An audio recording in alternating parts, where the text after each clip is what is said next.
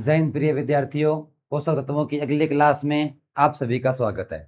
पोषक तत्वों के अंदर सबसे महत्वपूर्ण क्लास है, उस क्लास के आज हम पढ़ने वाले हैं। सबसे महत्वपूर्ण जो बिंदु है वो पढ़ने वाले हैं। और महत्वपूर्ण बिंदु क्या है? हम पढ़ेंगे पौधों के अंदर पोषक तत्वों की गतिशीलता क्या है। पौधों में पोषक तत्व गतिशीलता के आधार पर कितने भागों में बांटे गए हैं, और उसी गतिशीलता को जोड़ते हुए मैं आपको ये बताऊंगा कि कोई भी पौधा है उसमें पोषक तत्व की कमी के लक्षण कहाँ पर दिखाई देंगे।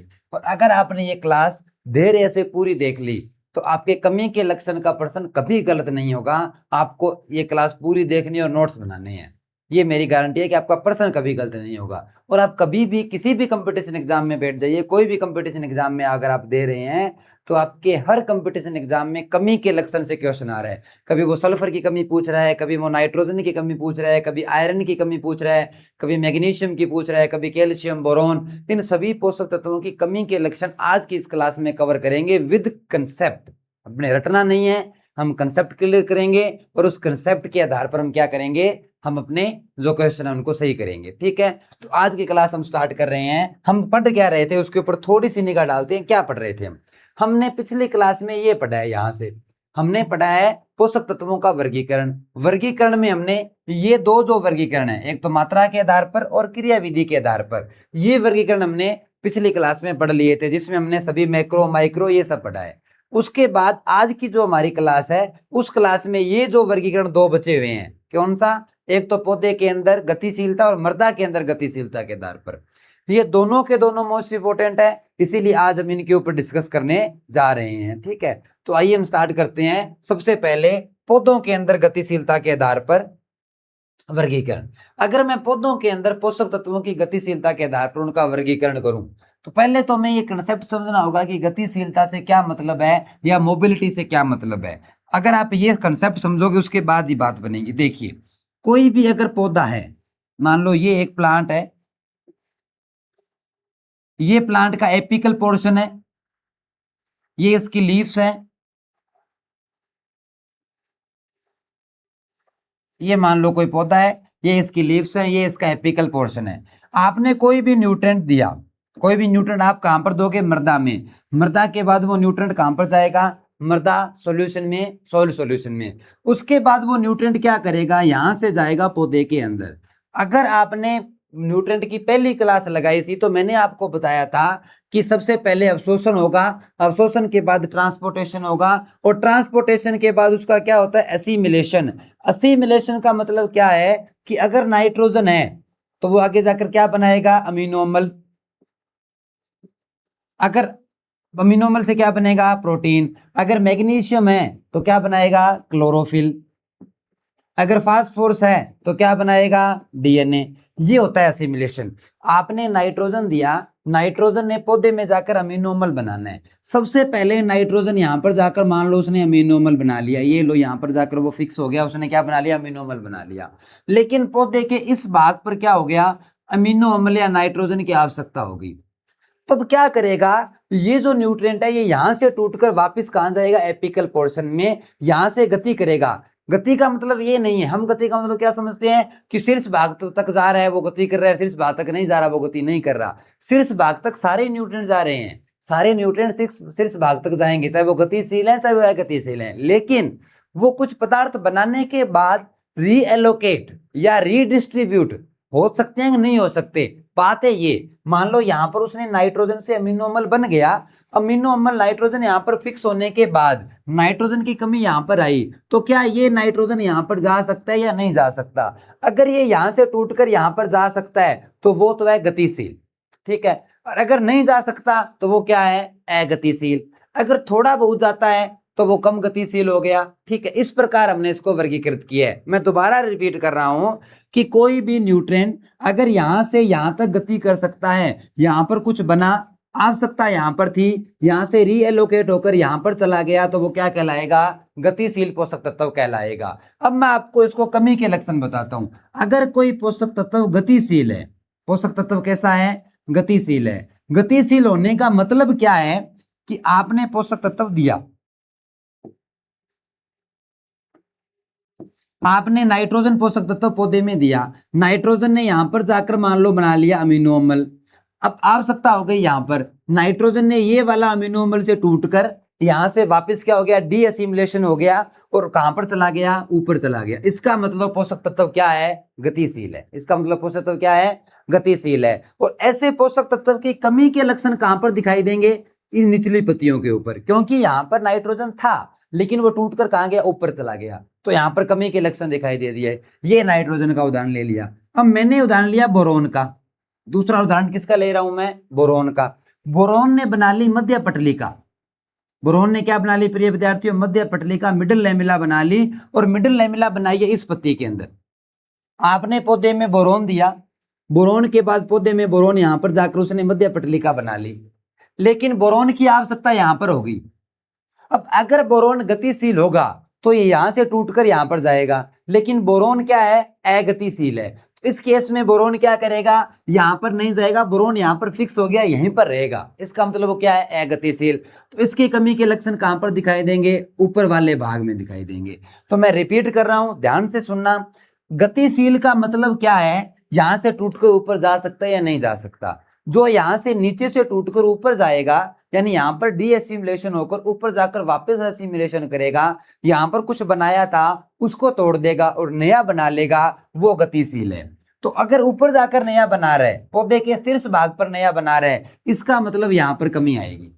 ठीक है। अगर मान लो वो यहां, अगतिशील का मतलब क्या है, अगर वो पूछे कि अगतिशील का मतलब क्या है, अगतिशील का मतलब क्या है, अगतिशील का मतलब है यहां पर कुछ बना रहा था, यहां से बनाने के बाद यहां पर फिक्स हो गया, लेकिन आवश्यकता यहां पर आन पड़ी बाद में, तो ये यहां से टूटकर यहां पर नहीं जाएगा, यहीं पर रहेगा, अपने पर्ण का पक्का है, तो वो क्या हो गया, अगतिशील हो गया। वो क्या हो गया, अगतिशील। अब आपको ध्यान में दो चीजें रखनी है। गतिशील पोषक तत्वों के कमी के लक्षण निचली पत्तियों पर दिखाई देते हैं और अगतिशील पोषक तत्व की कमी के लक्षण ऊपरी और जो आपकी एपिकल बड है वहां पर दिखाई देते हैं।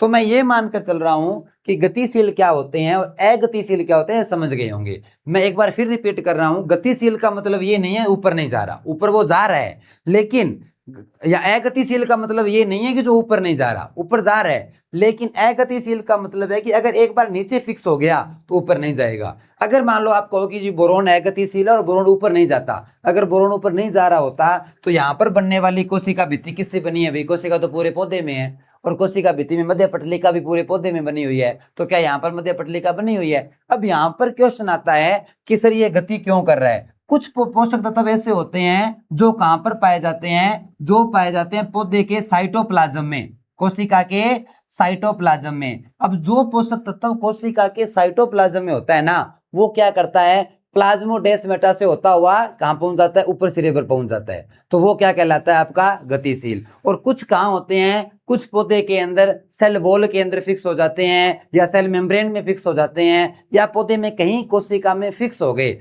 फिक्स होने वाले जो पोषक तत्व है वो क्या करते हैं, दोबारा एक बार फिक्स होने के बाद ऊपर नहीं जाते।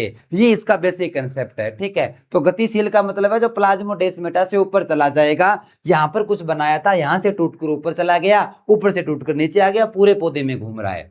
लेकिन अगतिशील का मतलब है अगर यहां पर फिक्स हो गया ना तो फिर ऊपर जाना वो भूल जाता है, ऊपर कभी नहीं जाएगा, ऊपर कमी आए तो आए। ठीक है। अगर ऊपर कमी आई है तो इस कमी को पूरा करने के लिए आपको पौधे की जड़ों से दूसरा न्यूट्रिएंट या उसको दोबारा देना पड़ेगा, ऐसा नहीं है कि यहां से टूटकर वो कमी पूरी कर देगा। ठीक है। तो ये क्या होता है, आपकी गतिशीलता का बेसिक कंसेप्ट मैंने आपको समझा दिया।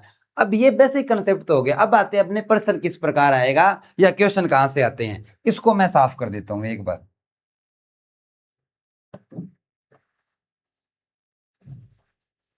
अब अपने आगे जो पढ़ने वाले हैं, ये मैंने आपको बेसिक कंसेप्ट समझाया, इसको लिखने की जरूरत नहीं है, सिर्फ समझने की जरूरत है। आपके दिमाग में ये बातें होनी चाहिए, कॉपी पर नहीं होनी चाहिए। ये इसके अंदर ये बातें आपकी है। ठीक है। अब अपने आगे अगर बात करें तो आगे सेकंड नंबर पर क्या आता है, सेकंड नंबर पर क्वेश्चन आता है कि सर जो मोबिलिटी का कंसेप्ट तो हमें समझ में आ गया, अब मोबिलिटी में से क्वेश्चन क्या आएगा। मोबिलिटी के अनुसार 4 प्रकार के पोषक तत्व होते हैं, ध्यान से सुनना। कितने प्रकार के पोषक तत्व होते हैं, 4 प्रकार के। एक होते हैं गतिशील, एक कैसे होते हैं, गतिशील यानी मोबिल। दूसरे कौन से होते हैं, मध्यम गतिशील।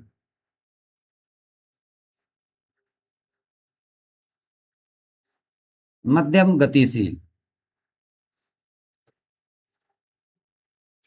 तीसरे कौन से होते हैं? कम गतिशील।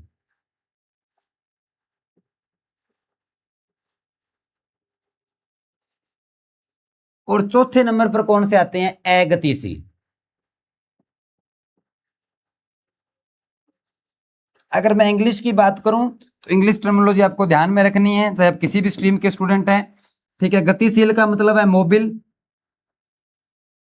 यानी गति करेंगे। इसका मतलब है मीडियम मोबिल, ऐसे अपने मध्यम गतिशील को अंग्रेजी में कहेंगे अपने मॉडरेटली मोबिल। Moderately Mobil. और ये क्या होते हैं? Less mobile. और ये क्या होते हैं? इमोबाइल, यानी ये गति नहीं करते। अब आपको क्या ध्यान में रखना है, अभी मैंने आपको कंसेप्ट समझाया था प्रिय विद्यार्थियों कि गतिशील जो पोषक तत्व होंगे। अब आपको एक यहां पर एक लाइन और लिखनी है कि गतिशील जो पोषक तत्व होंगे उनकी कमी के लक्षण आपको कहां पर दिखाई देंगे? कमी के लक्षण कहां पर दिखाई देंगे? ये बात आपको समझनी है। अगर गतिशील पोषक तत्व हैं तो उनके कमी के लक्षण कहां पर दिखाई देंगे? आप कहोगे इसकी कमी के लक्षण पुरानी पत्तियों पर दिखाई देंगे। अभी मैंने आपको बताया था, एक बार और अपने इसको कंसेप्ट को पढ़ लेते हैं क्योंकि ये बहुत ही इंपॉर्टेंट कंसेप्ट है कि ये आपका जो प्लांट है, इस प्लांट के अंदर ये मान लो एपिकल बड हो गया और ये नीचे का पोर्शन हो गया।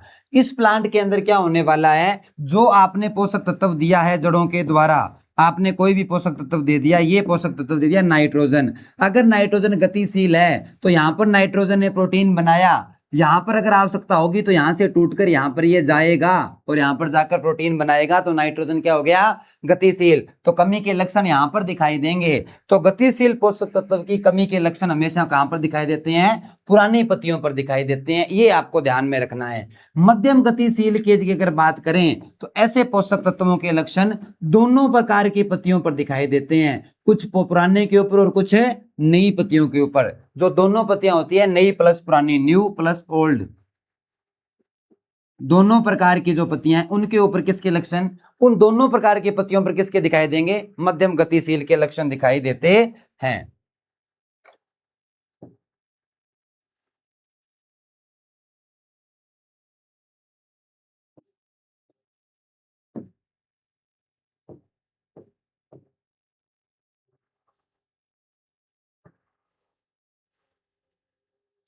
ठीक है, उसके बाद अगर अपने बात करें कम गतिशील, कम गतिशील जो होंगे इनके लक्षण कहां पर दिखाई देंगे? यहां पर देखो आप अपने इस स्लाइड के अंदर कि देखो, अब मान लो आपने दिया बोरोन, आपने कौन सा पोषक तत्व दिया है? बोरोन दिया है। बोरोन देने पर क्या होगा? बोरोन ने यहां पर जाकर मध्य पटलिका बना ली, यहां पर एक नई पत्ती निकली है और इस नई पत्ती के ऊपर मध्य पटलिका नहीं बन रही है, तो इसका मतलब यहां पर इसकी कमी के लक्षण कहां पर दिखाई देंगे?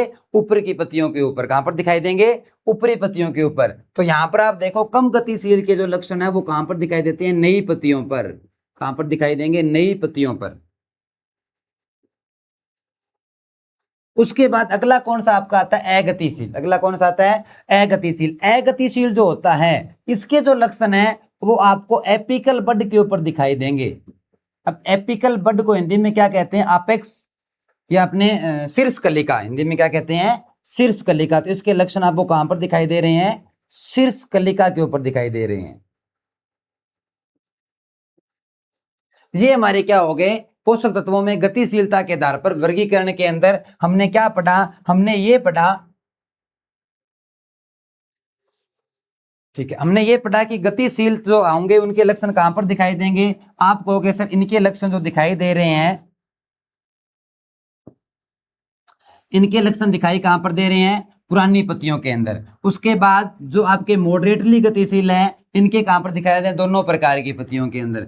कम गतिशील के कहां पर दिखाई दे रहे हैं? नई पत्तियों के ऊपर। ठीक है, उसके बाद अगर मैं बात करूं अगतिशील के लक्षण कहां पर दिखाई दे रहे हैं? आप कहोगे शीर्ष कलिका के ऊपर दिखाई दे रहे हैं। ठीक है, अब मैं अगर आपको यह बता दूं कि आपका गतिशील नाइट्रोजन है, इसका मतलब आप मुझे यह बता दोगे कि सर नाइट्रोजन की कमी के लक्षण कहां पर दिखाई देंगे? पुरानी पत्तियों के ऊपर। मैं कह दूं कि मध्यम गतिशील है वो जिंक है, आप मुझे कहोगे जिंक के जो लक्षण है वो दोनों पत्तियों पर दिखाई देंगे। इस प्रकार हमें सभी पोषक तत्वों की जानकारी होनी चाहिए। तो आगे हम क्या पढ़ते हैं, अब इनके पढ़ते हैं उदाहरण कि इनमें कौन से, उनमें कौन से और आगे तीसरे में कौन से आते हैं। अब हम पढ़ने वाले हैं ये, ठीक है। तो अब आगे स्टार्ट करते हैं।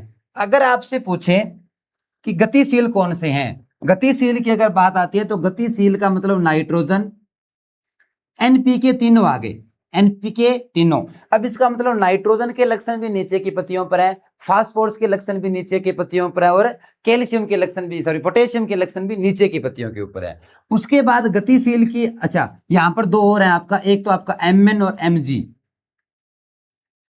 आपका एक तो एमएन और एक एमजी, एमओ नहीं है, ये आपको ध्यान में रखना है, एमएन और एमजी, हाँ एमओ, सॉरी एमओ है, एमएन नहीं है यहाँ पे, एमओ यानी मोलिब्डेनम आएगा, हाँ मोलिब्डेनम आएगा, ठीक है। अब देखो गतिशील जो पोषक तत्व हैं इनके लक्षण आपको कहां पर दिखाई देंगे, पुरानी पत्तियों के ऊपर। उसके बाद मध्यम गतिशील में जिंक आता है, मध्यम गतिशील में कौन आएगा, जिंक। अगतिशील के अंदर दो याद कर लो, कैल्शियम और बोरोन। इनसे बहुत बार क्वेश्चन आया है कि इनके लक्षण कहां पर दिखाई देते हैं, तो कैल्शियम और बोरोन के लक्षण कहां पर दिखाई देंगे, आपको एपिकल बड या शीर्ष कलिका के ऊपर दिखाई देते हैं। अब बात आती है कम गतिशील, इसके अंदर मुख्य मुख्य याद रखो, एक तो याद रखो आयरन, कौन सा याद रखना है, आयरन। एक याद रखो सल्फर, बहुत बार प्रश्न आया आयरन और सल्फर से। याद करो क्लोरीन, याद करो आप एमएन। इन सभी के जो लक्षण है वो आपको कहां पर दिखाई देंगे, नई पत्तियों के ऊपर दिखाई देंगे। कहां पर दिखाई देंगे, नई पत्तियों पर। तो हमने ये पढ़ा कि गतिशील, पौधे में गतिशील कौन सा है, एनपीके, एमओ, एमजी। मध्यम गतिशील कौन सा है, जिंक। कम गतिशील कौन सा है, आयरन, सल्फर, क्लोरीन और मैग्नीज। और आपका अगतिशील कौन सा है, कैल्शियम और बोरोन। अब हमने इसके अंदर इनकी गतिशीलता पढ़ ली और इनके कमी के लक्षण कहां पर दिखाई देंगे, कैसे दिखाई देंगे वो पढ़ लिए। अब क्वेश्चन आता है कि सर नाइट्रोजन की कमी के लक्षण कैसे दिखेंगे, फास्फोरस की कमी के लक्षण कैसे दिखेंगे, ये अपने पढ़ेंगे। अब देखो ये सारे के सारे है तो पुरानी पत्तियों पर ही, लेकिन अब नाइट्रोजन अलग लक्षण शो करेगा, फास्फोरस अलग करेगा और पोटेशियम अलग करेगा। सबसे पहले हम पढ़ रहे हैं पुरानी पत्तियों के ऊपर कौन कौन से दिखाई देते हैं। सबसे पहले हम क्या पढ़ेंगे, पुरानी पत्तियों के ऊपर कौन कौन से दिखाई देते हैं। देखो प्रिय विद्यार्थियों, आप कहते हो पुरानी पत्तियों के ऊपर तीन चीजें में, या पुरानी पत्तियों के ऊपर जो पोषक तत्व कौन कौन से, नाइट्रोजन के लक्षण दिखाई देंगे। दूसरा में किसके दिखाई देंगे, मैग्नीशियम, इसी सीक्वेंस में याद करना है, पोटेशियम, सॉरी फास्फोरस लिखो, फास्फोरस, और नेक्स्ट कौन सा है, पोटेशियम। ये चार आप कर लो, चार में अपना काम बन जाएगा। अच्छा इन सभी के जो लक्षण है वो कहां पर दिखाई दे रहे हैं, पुरानी पत्तियों पर। कहां पर दिखाई देंगे, पुरानी पत्तियों पर। पुरानी पत्तियों पर क्यों दिखाई देंगे, ये हमने यहां पर पढ़ा है, क्योंकि ये क्या है, गतिशील है। क्या है, गतिशील। अब आगे आते हैं, सबसे पहले इंपॉर्टेंट है नाइट्रोजन। नाइट्रोजन की अगर अपने बात करें तो नाइट्रोजन की कमी की वजह से पुरानी पत्तियों के अंदर आती है हरिमाहीनता। अब हरिमाहीनता क्या होती है वो देखो, हरिमाहीनता इसे इंग्लिश में बोलते हैं क्लोरोसिस। इंग्लिश में क्या कहते हैं, क्लोरोसिस। देखो आप ये मान लो पत्ती है, ये लीफ है, ठीक है। लीफ के अंदर इस प्रकार की संरचनाएं पाई जाती है जिन्हें सिराएं कहते हैं। इन्हें अपने क्या बोलते हैं, सिरा या विंस, सिरा या विंस।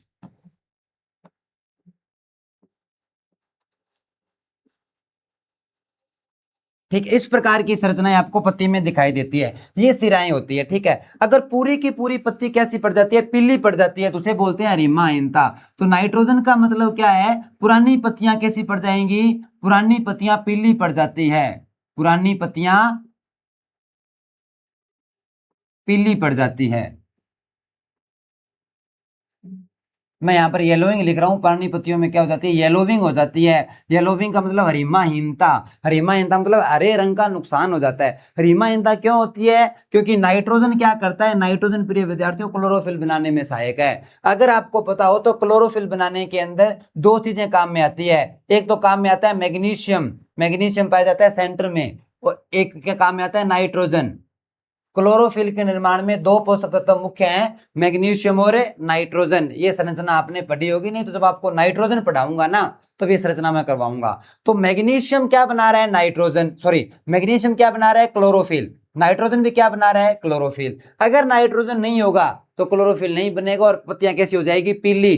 तो पत्तियों का पीले होने का कारण है नाइट्रोजन न होने की वजह से उसमें क्लोरोफिल नहीं बनता, और क्लोरोफिल न बनने की वजह से पत्तियां कैसी पड़ जाती है, पीली पड़ जाती है। और पत्तियां कौन सी पीली पड़ेगी, पुरानी, क्योंकि ये कैसा है, आपने कहा कि ये कैसा है, ये आपका गतिशील है। उसके बाद मैंने आपको यहां पर बता दिया कि मुख्य रूप से कौन है क्लोरोफिल के निर्माण में, क्लोरोफिल के निर्माण में मैग्नीशियम। तो मैग्नीशियम भी अगर क्लोरोफिल बना रहा है तो मैग्नीशियम की कमी से भी पत्तियां कैसी पड़ेगी, इसके अंदर भी आपकी पाई जाती है क्लोरोसिस।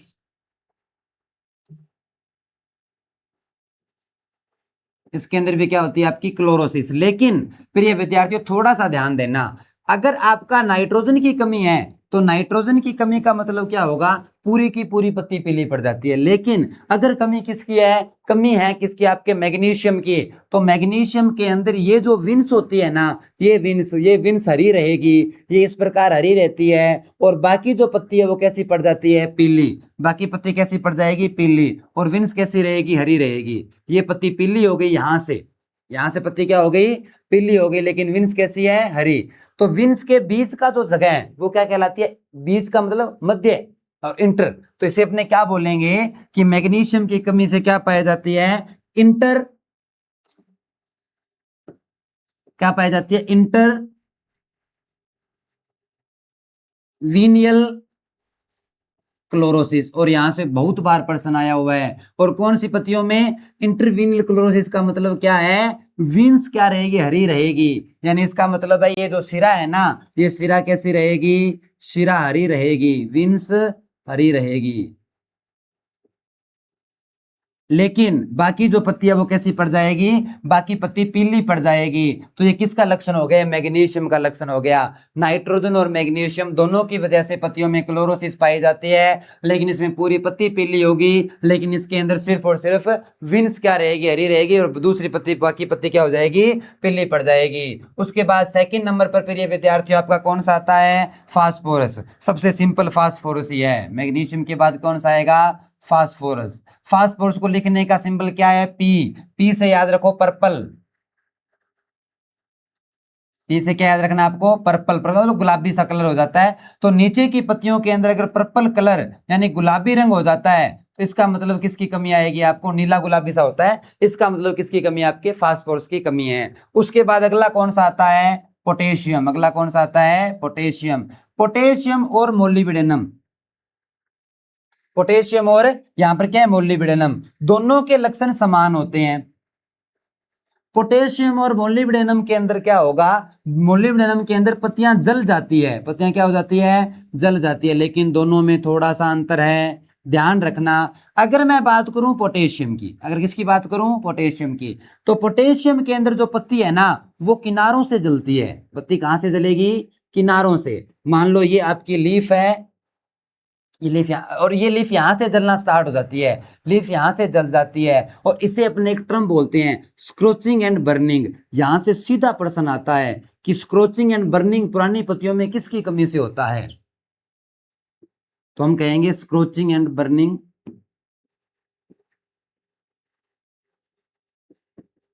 स्क्रोचिंग and burning. तो स्क्रोचिंग एंड बर्निंग जो है ना वो किसकी कमी से होता है, पोटेशियम की कमी से होता है। और कौन सी पत्तियों में होता है, पुरानी पत्तियों के अंदर होता है। लेकिन मोलिब्डेनम की अगर मैं बात करूं तो मोलिब्डेनम से कैसे बनते हैं, जले हुए धब्बे बनते हैं, जले हुए धब्बे। अब देखो मैं आपको 1 मिनट में पूरा रिवाइज करवा देता हूं। नाइट्रोजन की कमी की वजह से पूरी पत्तियां, निचली पुरानी पत्तियां पीली पड़ जाएगी। नाइट्रोजन की कमी से पुरानी पत्तियां पूरी पीली पड़ जाएगी। मैग्नीशियम की कमी से पुरानी पत्तियों के अंदर जो सिराएं हैं वो हरी रहेंगी, बाकी पत्तियां पीली पड़ जाएगी। फास्फोरस की कमी की वजह से पुरानी पत्तियां पर्पल रंग की हो जाएगी। और पोटेशियम और मोलिब्डेनम की कमी से पुरानी पत्तियों पर जले हुए धब्बे बनेंगे। पोटेशियम की वजह से किनारे जलेंगे जिसे स्क्रोचिंग एंड बर्निंग बोलते हैं, और मोलिब्डेनम की वजह से क्या होगा, मोलिब्डेनम की वजह से जले हुए धब्बे बन जाएंगे पुरानी पत्तियों पर। तो ये आपके इतने जो लक्षण आपको कहां दिखाई देंगे, पुरानी पत्तियों के ऊपर। उसके बाद आगे अपने बात करते हैं नई पत्तियों के ऊपर लक्षण किसके दिखाई दे रहे हैं।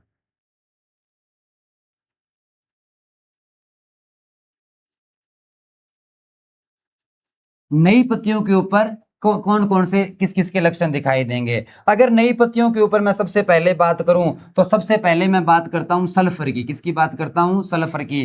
प्रिय विद्यार्थियों, यहां पर हमने पढ़ा कि नई पत्तियों के ऊपर किस किस के अंदर सल्फर, आपके आयरन, सल्फर, क्लोरीन और मैग्नीज। सबसे पहले मैं बात करता हूं किसकी? सल्फर की। अगर मैं सल्फर की बात करूं तो सेम की सेम क्लोरोसिस, जैसी क्लोरोसिस नाइट्रोजन में होती है, जैसी क्लोरोसिस किस में होती है? नाइट्रोजन की कमी से होती है पीलापन। सेम का सेम पीलापन किसकी वजह से होगा? सल्फर की वजह से। लेकिन ये किस में होगा? नई पत्तियों में। अब देखो, सल्फर और नाइट्रोजन, सल्फर और नाइट्रोजन दोनों की कमी की वजह से क्या हो रहा है? पत्तियां पीली हो रही है। लेकिन नाइट्रोजन से नीचे की पत्तियां और सल्फर से ऊपर की पत्तियां। ठीक है। उसके बाद सेकंड कौन सा आता है? आयरन। सेकंड कौन सा आता है प्रिय विद्यार्थियों? आयरन। आयरन से क्या पाई जाती है? आयरन से वही इंटरवीनियल क्लोरोसिस, अतः सिरा अरिमाहीनता, इंटरवीनियल क्लोरोसिस। और इंटरवीनल क्लोरोसिस किसकी कमी से हुई थी? निचली पत्तियों में मैग्नीशियम की कमी से, अतः सिरा अरिमाहीनता।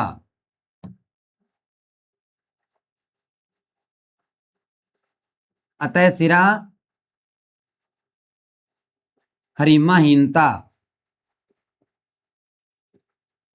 ये किसकी कमी से होता है? यहां पर आयरन की कमी से होता है। अब आपको ध्यान में रखना है कि अगर मैं बात करूं पुरानी पत्तियों की, पुरानी पत्तियों के अंदर ये किसकी वजह से होता है? मैग्नीशियम की वजह से। और नई पत्तियों में किसकी वजह से होता है? आयरन की कमी से। लेकिन यहां पर थोड़ा सा खेल हो रहा है। ये जो विंस जो होते हैं, ये जो सिराएं होती है, ये यहाँ पर हरी तो सफेद आपकी पीली तो नहीं होती, हरी रहती है। लेकिन अगर ज्यादा कमी होती है तो सिराएं कैसी हो जाती है? सफेद। और इसे बोलते हैं व्हाइटिश, क्या कहते हैं? व्हाइटिश विंस। और ये प्रश्न प्री पीजी के अंदर आया हुआ है कि उस पोषक तत्व का नाम बताओ जिस पोषक तत्व की वजह से जो नई पत्तियां हैं उनकी सिराएं सफेद हो जाती है। तो वो कौन सा है? आयरन। अच्छा, सिराओं के बीच का भाग कैसा होगा? क्लोरोसिस यानी पीला।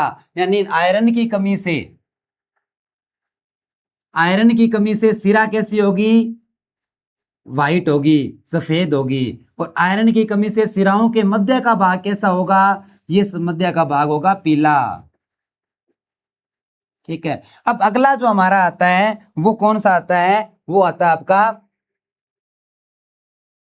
आयरन हमने देख लिया, सल्फर हमने देख लिया, क्लोरीन और एमएन। अगर मैं क्लोरीन और एमएन की बात करूं, किसकी बात करूं आगे? क्लोरीन की। क्लोरीन और एमएन। तो अब अगर एमएन और क्लोरीन की बात करूं तो एमएन और क्लोरीन का मतलब है इसके अंदर भी क्या पाई जाती है? इंटरवीनियल क्लोरोसिस। इंटरवीनियल क्लोरोसिस। अब देखो आप, मैग्नीशियम, आयरन और मैग्नीज तीनों की कमी के अंदर अंतर क्या है और समानता क्या है? मैग्नीशियम, आयरन और मैग्नीज। मैग्नीशियम की कमी के जो लक्षण है वो आपकी निचली पत्तियों पर दिखाई देते हैं और इंटरवीनियल क्लोरोसिस पाई जाती है, अतः सिरा अरिमाहीनता। लेकिन आयरन के अंदर वही अतः सिरा अरिमाहीनता ऊपर की पत्तियों में या नई पत्तियों में दिखाई देती है, लेकिन सिराएं कैसी हो जाती है? सफेद हो जाती है। और ये प्रश्न प्री पीजी के अंदर आया हुआ है राजस्थान में कि सिराएं अगर सफेद हो रही है नई पत्तियों की तो किसकी कमी? आयरन की। और अगर मैं बात करूं एमएन की, मैग्नीज की, तो नई पत्तियों के अंदर क्या पाई जाती है? अतः सिरा अरिमाहीनता। लेकिन यहाँ पर सिराएं सफेद नहीं होती है। तीन हो गए। एमजी, अतः सिरा अरिमाहीनता पुरानी पत्तियों पर। सल्फर आपके सॉरी आयरन, अतः सिरा अरिमाहीनता नई पत्तियों पर, लेकिन सफेद सिराएं हो जाएगी। और तीसरा कौन सा है? एमएन यानी मैग्नीज। और इसके अंदर भी क्या पाई जाएगी? इंटरवीनियल क्लोरोसिस। तो ये आपके सिमिलर और कंफ्यूजियस क्वेश्चन थे जहां से अक्सर प्रश्न गलत हो जाता है, लेकिन आपको गलत नहीं करना है। उसके बाद अगर अपने आगे चलें, उसके बाद हमारे पास बचता है कैल्शियम और बोरोन। कैल्शियम और बोरोन के जो लक्षण हैं उसके अंदर क्या होगा? जो एपिकल बड है, दिखाई कहां पर देंगे? एपिकल बड के ऊपर। और एपिकल बड के अंदर क्या पाया जाएगा? जो आपकी शीर्ष कलिका है वो जल जाएगी। शीर्ष कलिका क्या होती है? जल जाती है, शीर्ष कलिका नष्ट हो जाती है। तो यहां से तो अभी तक इतना ही प्रश्न आया है कि आपके कैल्शियम और बोरोन के लक्षण कहां पर दिखाई देते हैं? शीर्ष कलिका के ऊपर। उसके बाद जिंक है। जिंक के अंदर क्या होता है? जिंक के अंदर भी पाई जाती है क्लोरोसिस, यानी कैसा होगा? पीलापन होगा। जिंक के अंदर भी कैसा होगा? पीलापन, हरिमाहीनता होगी, पत्तियां पीली हो जाएगी। हरिमाहीनता। लेकिन यहाँ पर जो पत्तियां पीली होगी वो कैसी होगी, नई और पुरानी दोनों, नई और पुरानी दोनों। तो ये हमने कमी के लक्षण पढ़ लिए। अब मैं आपको सारे के सारे कमी के लक्षण 1 मिनट में रिवाइज करवा दूंगा और ये आपके याद भी हो जाने चाहिए। जितने भी कमी के लक्षण है 1 मिनट में अपने रिवाइज कर रहे हैं। सबसे पहले गतिशील पोषक तत्वों के कमी के लक्षण कहां पर दिखाई देंगे, पुरानी पत्तियों पर। नाइट्रोजन के अंदर पुरानी पत्तियों के अंदर क्लोरोसिस होगी, फास्फोरस के अंदर पुरानी पत्तियों में पर्पल कलर होगा, और पोटेशियम की वजह से पुरानी पत्तियां जल जाएगी। मोलिब्डेनम की वजह से पुरानी पत्तियों पर जले हुए धब्बे दिखाई देंगे। मैग्नीशियम की वजह से पुरानी पत्तियों के अंदर अतः सिरा हरिमाहीनता दिखाई देगी। मध्यम गतिशील के लक्षण जिंक कहां पर दिखाई देंगे, दोनों पत्तियों पर। नई और पुरानी पत्तियां दोनों के अंदर पीलापन आएगा, दोनों में क्लोरोसिस था। कम गतिशील के अंदर सबसे पहले बात करते हैं आयरन की। आयरन की कमी के लक्षण बिल्कुल मैग्नीशियम के समान है, लेकिन मैग्नीशियम के कमी के लक्षण निचली पत्तियों पर है, आयरन के ऊपर की पत्तियों पर है। यानी इसके अंदर भी क्या पाई जाएगी, अतः सिरा हरिमाहीनता। लेकिन इसके अंदर साथ में क्या होगी, जो सिराएं होगी वो कैसी हो जाएंगी, सफेद। सल्फर की अगर मैं बात करूं तो सल्फर के लक्षण बिल्कुल किससे मिलते हैं, नाइट्रोजन से। नाइट्रोजन में पीलापन है, सल्फर में पीलापन है, लेकिन नाइट्रोजन में पुरानी पत्तियों पर है, सल्फर में नई पत्तियों पर है। और क्लोरीन और एमिन किससे मिलते हैं, Mg से। उसके बाद एपिकल बड के ऊपर किसके लक्षण दिखाई देंगे, कैल्शियम और बोरोन के। तो ये हमारी आज की क्लास है वो यहाँ पर पूरी होती है। ये मोस्ट इंपोर्टेंट चार्ट मैंने आपको 3 बनवा दिए, एक ये, दूसरा ये चार्ट आप बना लेना, ठीक, और तीसरा चार्ट कौन सा है, ये वाला। ये पूरे चार्ट आप बना लेना और यहाँ से एक क्वेश्चन आपके हर एक कंपटीशन में पक्का आएगा। तो मैं आशा करता हूँ कि आप सभी को जो मैंने समझाया है वो समझ में आ गया होगा। अब यहाँ पर हमारे मृदा के अंदर गतिशीलता वाला जो पॉइंट है वो हम कवर नहीं कर पाए हैं, वो हम अगली क्लास में कवर करेंगे। अभी कुछ समय की बाध्यताएं हैं, मेरी और भी क्लासें हैं, तो वो क्लासें मुझे लेनी है ऑफलाइन। तो अभी आपको ऑनलाइन मैंने आज पोषक तत्वों की कमी के लक्षण मैंने आपको करवा दिए। तो अब क्या है कि 12:30 मेरी क्लास है, तो मुझे क्या है क्लास लेनी है, 5 मिनट बचे हुए हैं। तो आपको मैं मृदा के अंदर जो गतिशीलता है ना वो आपको मैं बाद में करवाऊंगा, क्योंकि समय देना जरूरी है। कोई भी टॉपिक को अगर आपने जल्दबाजी में करेंगे तो वो फिर बात बनेगी नहीं। तो हम क्या करेंगे, हम टारगेट क्या लेके चले थे, हम इस क्लास में प्रिय विद्यार्थियों ये टारगेट लेके चले थे कि हम यहाँ से स्टार्ट किया था, हमने न्यूट्रन का क्लासिफिकेशन। हमने सोचा था कि हमने पहले वाली क्लासों में ये 2 पूरे कर लिए, आज हम ये 2 पढ़ेंगे, दूसरा और तीसरा, यानी पौधे में गतिशीलता और मृदा में गतिशीलता। लेकिन समय की बाध्यता के कारण मैं आपसे माफी चाहूंगा, मैंने एक आपको पूरा समझाया है, समझाने को भी आपको दूसरा भी करवा सकता हूं, लेकिन जल्दबाजी में फायदा नहीं है। उसके लिए कल अपने अगली क्लास लेंगे, ठीक है। तो जय हिंद, जय भारत, जुड़े रहिए आप इसी प्रकार कंसेप्ट एग्री कोचिंग से।